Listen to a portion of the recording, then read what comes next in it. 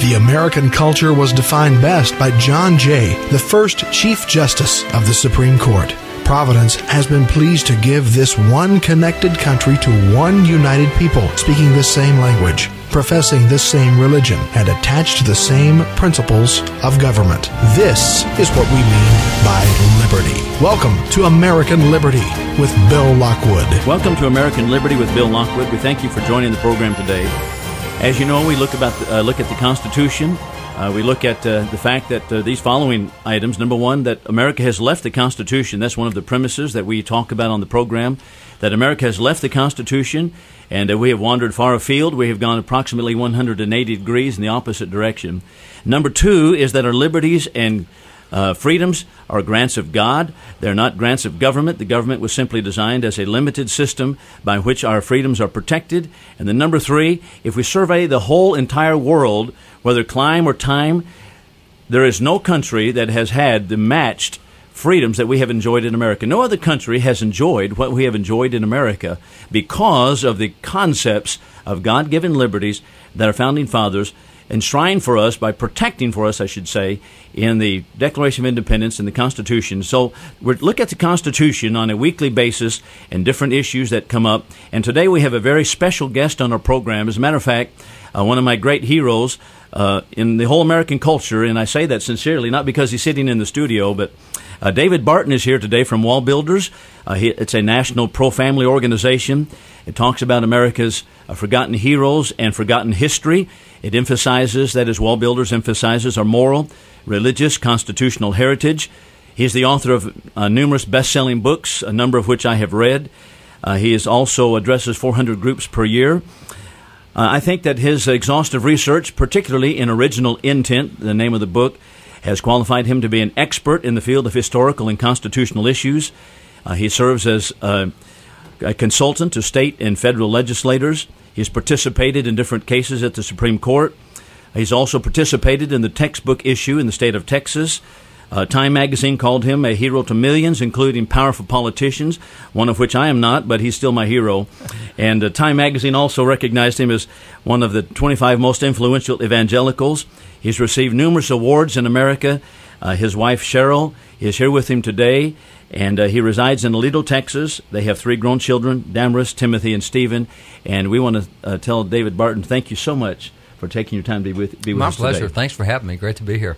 You bet. You know, David, I tell you, when I was telling you earlier that my mother sent me the book, A Myth of Separation, which you've redone, and now is the Original Intent, about 15 years ago, and I utilized that so much in my preaching and in radio material in the past and different speeches that I've given, which is very limited exposure, but nevertheless, I found it to be such great material. But I wondered if you might just give us a short synopsis on Original Intent and help us along the way on that, and maybe whet people's appetite for reading it. Well, going back to the way you opened, Original Intent deals with knowing the intent of the Constitution, but that all starts with knowing the Constitution, and we really don't. That's a real difficulty. One of the things that we worked on when we finished this last year, there were 6 of us appointed by the 15 members of the State Board of Education to do the history, government, social studies standards in Texas, and so we showed the state board members just really how bad things are right now.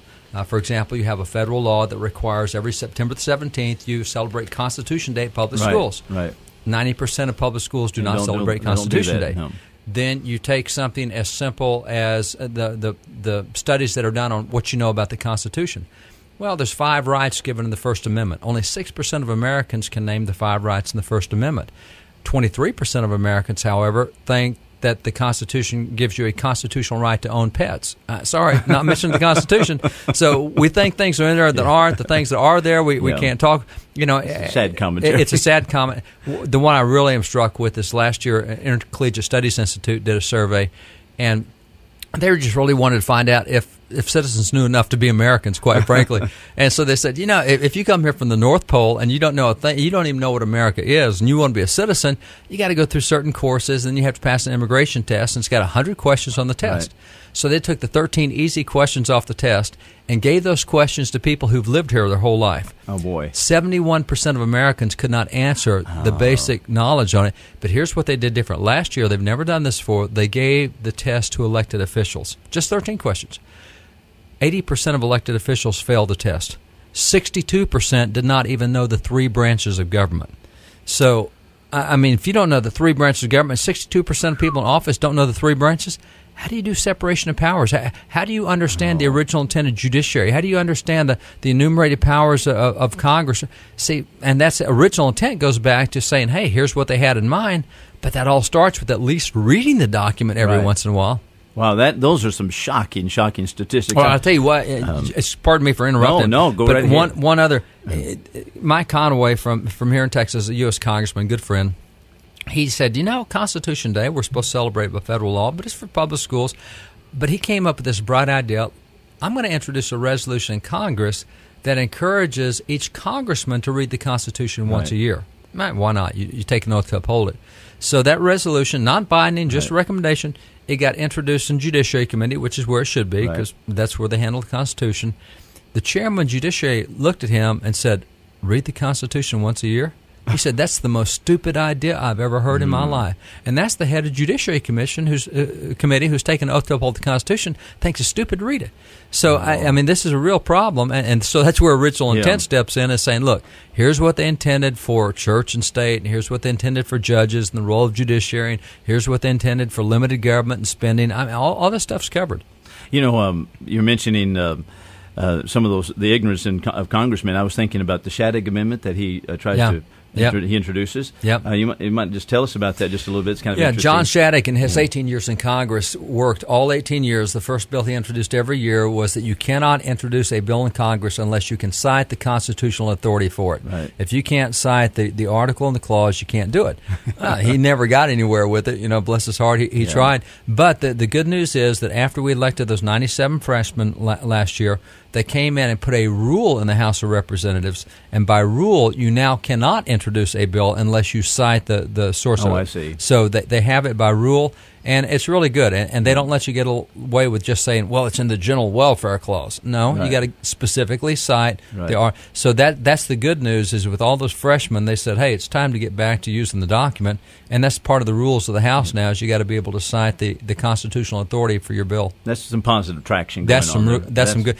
We didn't hear much about that, but that was the rules package that they came in with was really, really, really good. Right. You're not allowed to introduce any bills that have, I think, more than, $5 million net spending increase over a 5-year period. I mean, it's just great stuff. Right. So they killed a lot of stuff, but the problem is they've got the House but not the Senate. So just one body won't get it done. In my personal view, I think the center of the whole thing, or the eye of the storm in the cultural wars in this country, is the church and state issue. It is. And I just wonder if you might just reflect a little bit on the First Amendment, just kind of give it a little synopsis there, because there is so much misunderstanding on that. And just for example, before we went on the air here, we were talking about the teacher in San Diego right now who's been penalized by the school district for having "In God We Trust." And can you imagine posting the national motto? That's as bad as posting a dollar bill on the wall so kids can see it. How dare he do something as audacious as put something up by federal law? 1953, we said federal law, "In God We Trust," but you can't let kids see that. And so now this has gone not only through the Fed, it's 7 years now. It's gone through the federal courts. It was recently decided just a couple of weeks ago by the Ninth Circuit, or Ninth Circus, if you want to call them, Ninth Circuit Court of Appeals. And they said, my gosh, no, you can't have the word God in the classroom. Wait a minute, it's federal. I'm simply posting a federal law. You're telling me it's unconstitutional to post a federal law that is constitutional? And so that's the nonsense. And those kind of things we deal with all the time. I mean, you mentioned... court case. I've been involved in 7 cases at the U.S. Supreme Court. They all deal with some kind of church-state issue. Those kind of cases right there. Those kind. Just to show you where we are in this, we have a guy in Minnesota, state employee. He was forbidden from parking his car in the state employee car parking lot because his car had a religious bumper sticker on it. They said, separation church and state. It's a state parking lot. You can't have a religious bumper sticker on your car. Russellville, Kentucky, librarian there, which means city employee, government employee, was forbidden from wearing a small cross on her necklace because separation church and state. You're a city employee. You can't have a cross on your jewelry. You go to Memphis, Tennessee. In Memphis, Tennessee, they have a shelf at the local library for any community announcements. Well, last Christmas, one of the Baptist churches there put up a notice of a nativity scene, or a Christmas program that was going to be there, and part of the notice, they just put a little bit nativity scene up there. the library required them to remove Mary, Joseph, Jesus, and the wise man, and the shepherds. So they left the farm animals. That's your nativity. Just a barnyard scene. Separation of church and state. This is a lie. So that's the kind of nonsense that's out there, and people think that that's constitutional. Now, going back to original intent, the First Amendment of the Constitution regarding religion says two things. Congress shall make no law respecting an establishment of religion or prohibiting the free exercise thereof. Point 1. Point 2. The only body prohibited by the First Amendment is Congress. Right. Congress shall make no law. Now, I went through college. Granted, I'm not a great English major. That wasn't my stuff. But how you can parse Congress to mean a student, and how you can parse shall make no law to mean say the word God at graduation. How do you read the First Amendment to say Congress shall make no law means you can't say the word of God at graduation, or you can't have 10 Commandments up in the courtroom, or that's crazy stuff. But people don't know, again, the Constitution, and they don't know original intent. Founders were real concerned that the government would try to inhibit folks from expressing their faith. And that's why I said, Congress, you can't do that. So the original separation of church and state, as we had in the nation for 350 years, including written about by Thomas Jefferson 150 years thereafter, meant the government could not stop any public religious expression. Right. Now here we are today, just the opposite. It's exactly the opposite. So that's a loss of original intent, and that's moving away from the Constitution. Yeah. And now people simply sharing their, Bill, this is crazy. In the last 2 years, I've had to do things I've never had to do before, one of which is create a file on the number of people who have been arrested for sharing their faith. I had a 67-year-old guy who spent 2 days in jail in Georgia because on a sidewalk he gave out a gospel tract. We have Pastor Mark Hollick in Kansas who spent 2 days in jail, has been convicted. He had the audacity to give out a Gospel of John on a public sidewalk. We had 2 Gideons in Florida who spent 2 days in jail because on a public sidewalk they gave out Bibles to anybody who wanted one. We have a youth pastor in Sacramento, California that spent 9 days in jail for playing Christian music in a public park. In the Galleria Mall in California, we had a youth pastor taken down and arrested because as he was walking through the mall with 2 friends, he mentioned the word God, and an officer heard him say God to his friends in the mall. He got arrested, taken. We never hear this on the news. I got a stack of this kind of stuff, and this is where we've gone with separation of church and state. It is crazy stuff. It doesn't even allow you to have free speech anymore. Well, the day of reckoning is here. I tell you, man, this is crazy, crazy, crazy stuff. Yeah. Just like I've said, I believe it is the eye of the storm. For example, the 9/11 prayers that were taking place in New York and the comments that were made. I even heard Karl Rove on television say, it's not a Christian nation because we have Muslims here, we have people of other faiths and so forth. Yeah. I wonder if you might just address that kind of See, the real problem is Obama said that back right after he was elected, April 2009. He said, oh, no, America's not a Christian nation. And then 6 weeks later, he went, as in Egypt, he said, in Turkey, not a Christian nation. Egypt, he said, by the way, we are one of the largest Muslim nations in the world. And then Karl Rove says, oh, no, we're not a Christian nation. Now, okay, let's say we're not. But the problem with that is we have 300 court cases that declare America to be a Christian nation. So are you just going to throw those court cases out the door? I can show you dozens of U.S. presidents who have declared America to be a Christian nation. But see, the problem is, and people yell at me because I say we're a Christian nation and say, whoa, I'm just quoting the Supreme Court decisions. Here's the problem we get into. If somebody says we're a Christian nation like Karl Rove, I say, Karl, how do you define Christian nation?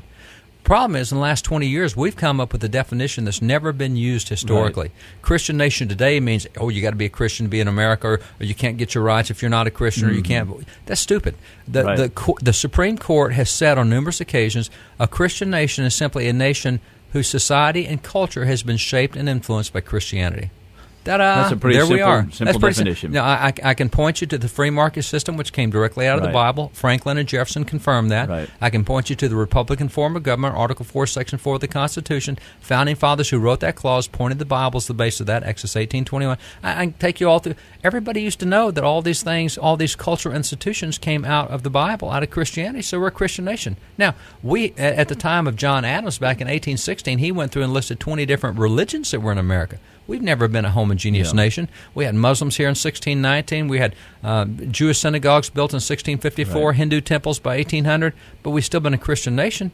And by the way, as of current polling just a couple weeks ago, 78% of the nation still says that I'm Christian. They call themselves Christian.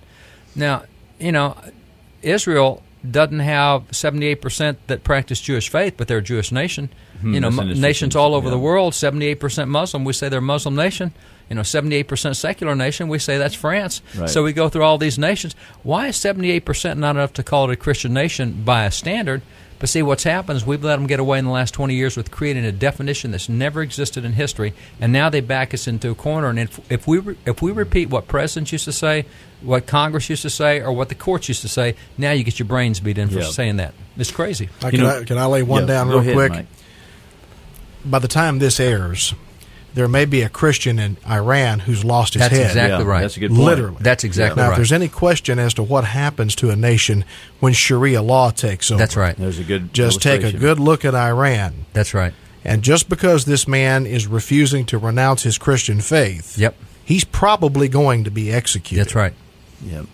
And we created one of the things that President Bush did that I really appreciated was he actually created a place in the State Department to do nothing but deal with religious liberty issues, because we had those guys being executed not only in Iran but Afghanistan before we went in. We also had Saudi Arabia, Pakistan, all over the world. Guys are being killed for. There have been more Christians martyred in the last 5 years than in the previous 2,000 years. It's unbelievable. Well, you've got Muslims in this country who have campaigned heavily for a dual court system. They want a Sharia court system. system. That's Oklahoma, this last election cycle, it came to Oklahoma and had from Florida. They came all the way up here to Florida and were chastising the Oklahomans for putting Oklahoma case is still undecided. I mean, it's now moved to a higher court, but the people of Oklahoma were real clear. Right. They said, and by the way, Mark Hollick, the guy I mentioned got arrested in Kansas, was arrested because he gave out the Gospel of John outside a Muslim mosque.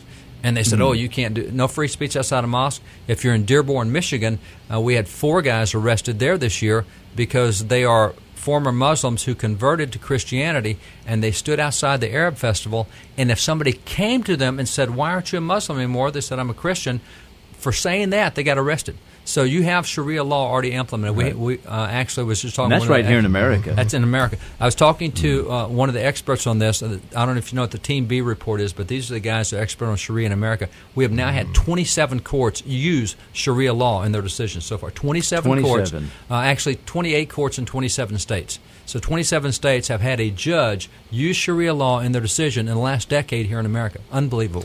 In my view, I believe it's just a cultural, a spiritual war going on in America for the heart and soul of America, and I think this is really the whole essence of it. Really, I wanted to kind of bleed into something else here for just a moment, and that is talking about the Johnson Amendment of 1954. The IRS, and I was in Washington D.C. and I heard you mention some things on it, and how the churches and the preachers.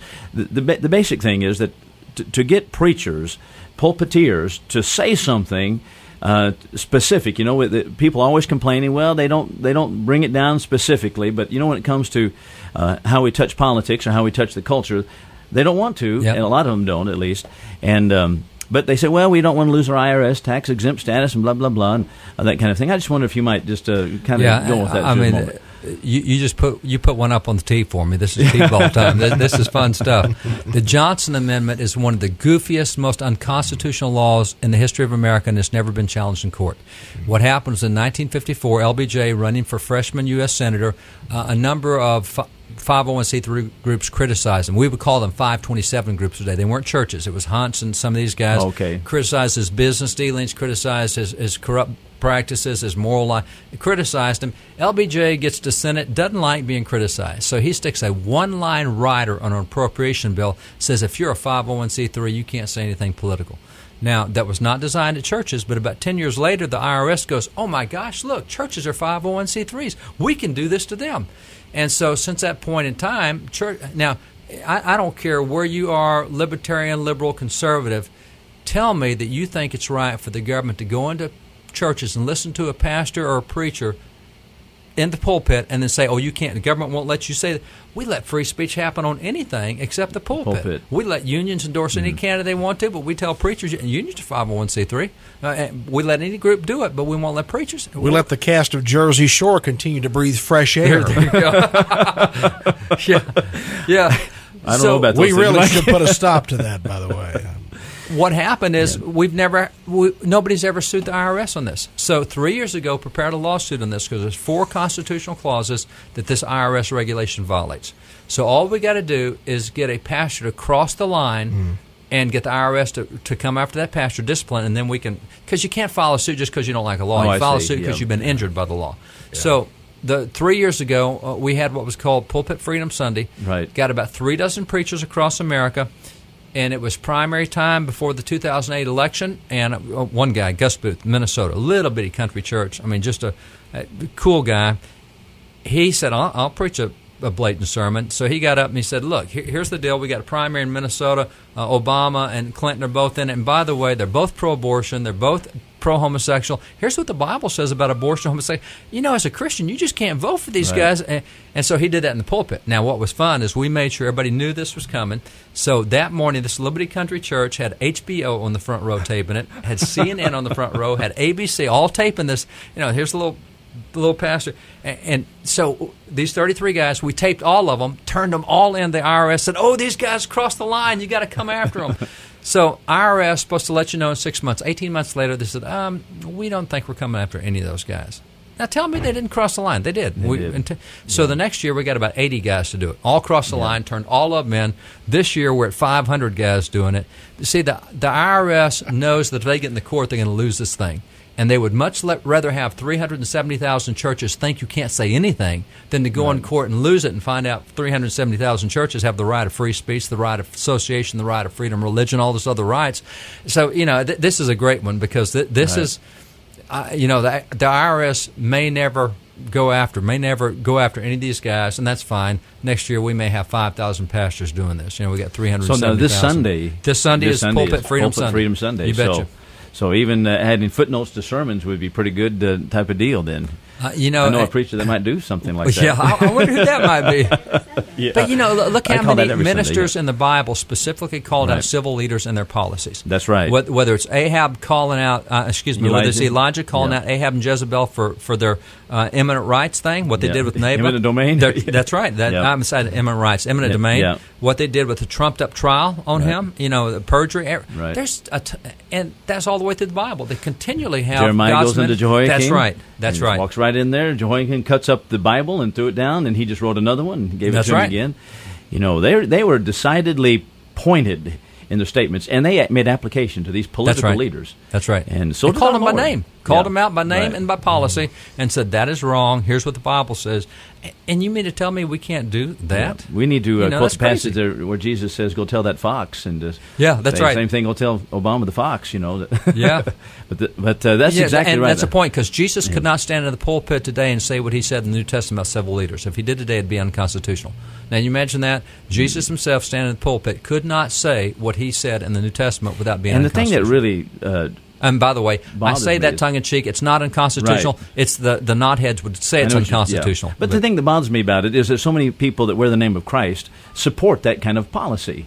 Well, it's because they don't know different. They've been taught. It's what we call the fiction of the law. You believe all your life that that's what the law is, and then you suddenly find out, well, that's really not the law. But you've been taught. So one of the things we have a friend in Congress, Walter Jones, from North Carolina, who has introduced a bill that will remove that one-line rider out of the IRS thing. So 161 co-sponsors. I think it's H.R. Res 135 is the name of the bill. So we need to write congressman. Well, but see, even if we do, let's say that we win the lawsuit. Okay, let's say that IRS finally buys, we win the lawsuit.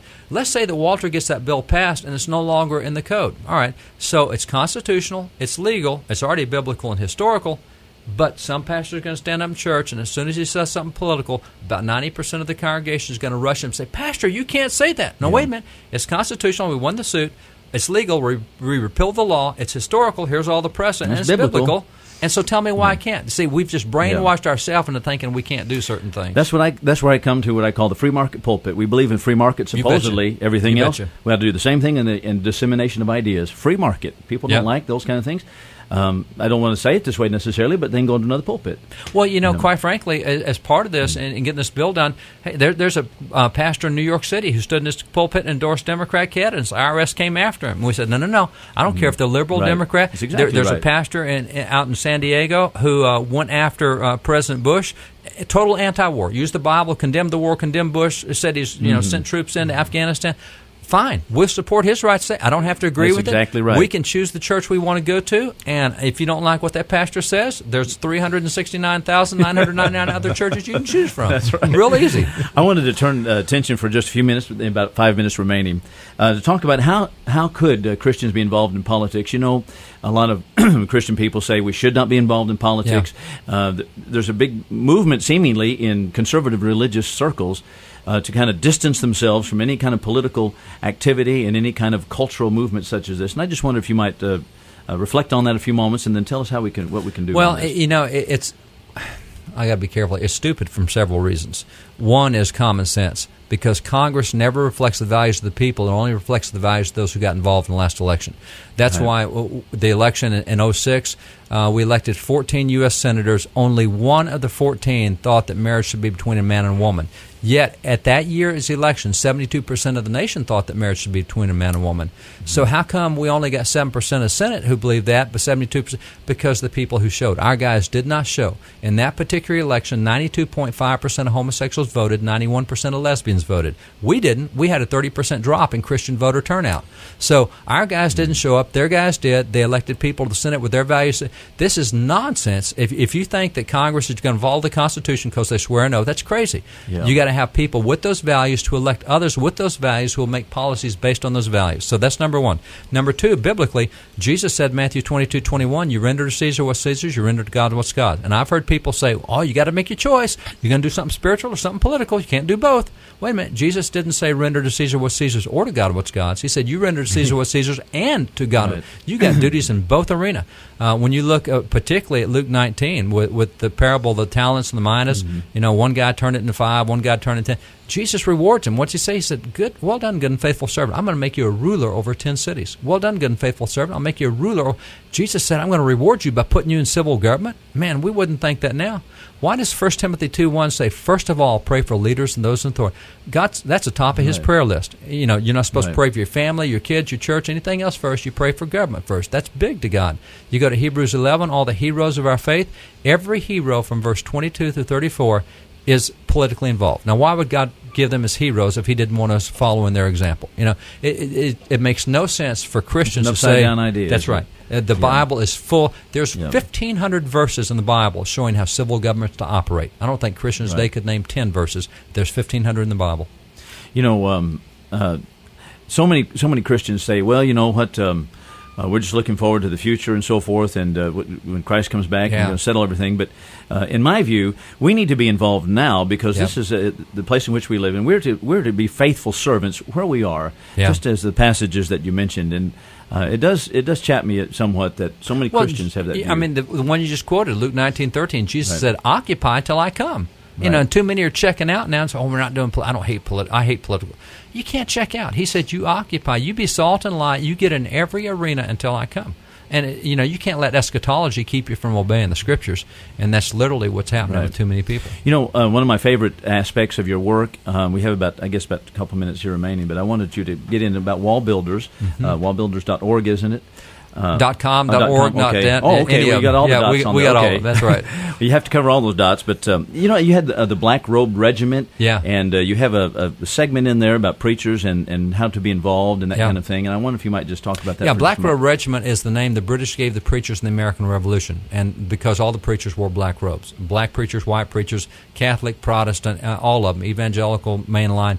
Everybody wore black robes. The British said if it hadn't been for the preachers, America would still be a happy British colony. So they specifically blamed the preachers. And what we've done on that website, blackroberegiment.wallbuilders.com, is we put up those old sermons. John Adams called a bunch of these preachers out by name, said without them, we wouldn't have the country. So we put up those old sermons, show you what they used to preach about, show you what these guys used to do, how many preachers used to be generals in the Army, how many of them were elected to Congress. There's only 2 signatures on the bottom Bill of Rights. One is a preacher who was the Speaker of the House. How many state Constitution was written by preachers. 56 guys signed the Declaration. 29 of those 56 had Bible school seminary degrees. I mean, more than half those guys preachers. So that's what we have on Black Robe Regiment, is showing, hey, where we are right now saying don't get involved makes no sense historically or biblically or constitutionally, and that's why we have that website, blackroberegiment.wallbuilders.com. I think that's a great website. I hope that everybody will go to it. And thank you so much for being here today, David. My pleasure, guys. Thanks for having me. Thank you so much for being here, and come back when you can. I look forward to it. All right, thank you. Thanks, guys.